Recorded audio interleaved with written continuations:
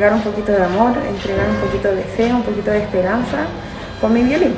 Que sea tal vez algo más que música, que no sea solamente una canción, sino que cada vez que lo hago de corazón.